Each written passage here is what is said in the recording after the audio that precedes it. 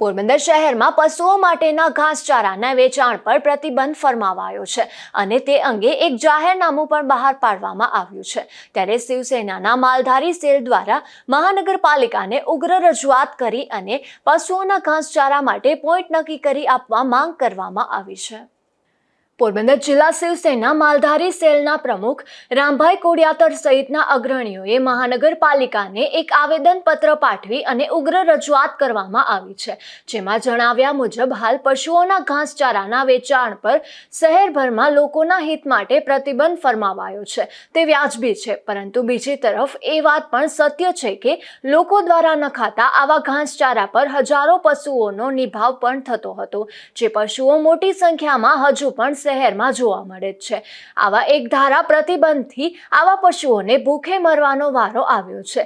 એક તરફ રખડતા પશુઓ માટે મહાનગરપાલિકા પાસે યોગ્ય વ્યવસ્થા નથી, ત્યારે જ આવા પશુઓ હજારોની સંખ્યામાં જોવા મળી રહ્યા છે। ખાસ કરીને ગાય અને ગૌધન મોટી સંખ્યામાં છે।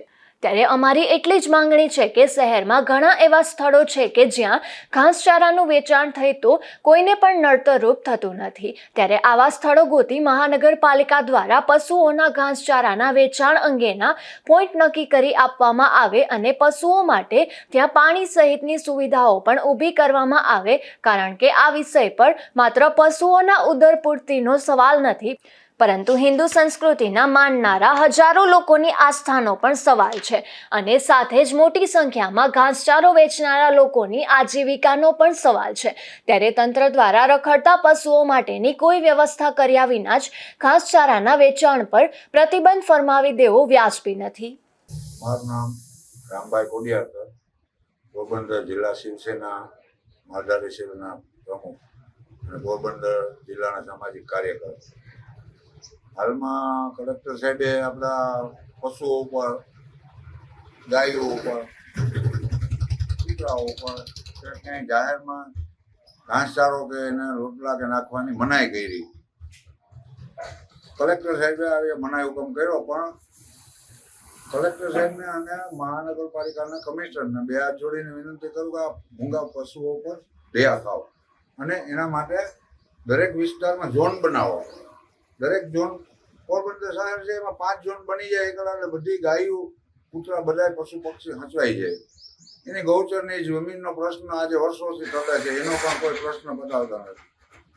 મહારાષ્ટ્રની સરકારે તો ગાયને રાજ્ય માતાનો દરજ્જો આપ્યો, ન્યાય ભાજપ જ સરકાર છે ને ગુજરાતમાં પણ ભાજપ છે, તો ગુજરાત ભાજપ સરકારને મારી વિનંતી કે દરેક શહેરોમાં ગાયો માતા ઉપર દયા ખાઓ, હાવ નિર્દય થાવમાં અને હિન્દુ સંસ્કૃતિને થોડીક ખ્યાલ રાખો કે આ હિન્દુ સંસ્કૃતિ થકી આપણે આખું ભારત ઓળખે, વિશ્વ આખું ઓળખે, આપણે હિન્દુ સંસ્કૃતિ એના થકી ઓળખે, ઋષિ મુનિઓ ગૌ, એના માટે આ ભારત વેદો। રમેશભાઈ ઓઝાનો આભાર માનું કે આટલી ગૌશાળા અને એટલા એને નિભાવ કરે રહ્યા, ભલે આજે પોરબંદરની સંસ્કૃતિ ને એવા સંતો મનતો પ્રયાસ કરે કે આપણી સંસ્કૃતિ ટકાવો। તો કમિશનર સાહેબ, હું તમને વિનંતી કરું છું કે આ મૂંગા પશુ માટે સારો નિર્ણય લ્યો, જેથી કરીને પોરબંદરની પબ્લિક પણ તમને યાદ કરે અને ગાય માતાની દુઆ તમારા પરિવારને મળે। તો આ પોરબંદરની જનતાની વતી એવી માગણીઓ કરું છું કે દરેક વિસ્તારમાં એને ઝોન બનાવી એ પાણીનો અવેડો કરી અને આ થોડું એને ઘાસચારો વેચવાની અને દેવાની આ બધાને છૂટ આપો, જેથી કરીને એને મળે, પેટ ભરાય એનું। આપણે પેટ ભરી ન થતા દે એના પર દયા ખાવ ને। આજે આપણે પોરબંદરમાં ઘણા એવા છોકરાઓ, બહેનો, ભાઈઓ બધા છે કે સવારના પોરમાં 10, 15, 20 રૂપિયાનો ગાયના કૂતરાને નાખીને નીકળે બાર। એ આપણી સંસ્કૃતિ છે, કોકનું પેટ ભરો તો આપણું ભગવાન ભરે। એટલે એ વાતનો મને જરાક ઓલું રજ છે, એટલે હું કમિશનર સાહેબને વિનંતી કરું કે ભાઈ તમે આના પશુઓ ઉપર દયા ખાઓ અને સુદામાની ભૂમિ પવિત્ર ભૂમિ છે, મહાત્મા ગાંધીની ભૂમિ છે, વિશ્વ લેવલના આખા ભારતના એ માણસો આવતા હોય તો આપણે એની પણ શોભા વધારીએ, સુદામાજીની શોભા વધશે, ગાયું સુખી હોય ગામની। ગોકુળિયું ગામ કરવાની વાત આપણે ઘણા સમય હતી, જ્યારે મુખ્યમંત્રી મોદી સાહેબ હતા ત્યારે ગોકુળિયું ગામ કરવાની વાત હતી ને, ત્યાં તમે ગામડામાં જાવ ત્યારે ક્યાંય ગોકુળિયું ગામ હોય, ગામડાની કોઈની ગૌચર ન સેવા દીધી અત્યારે।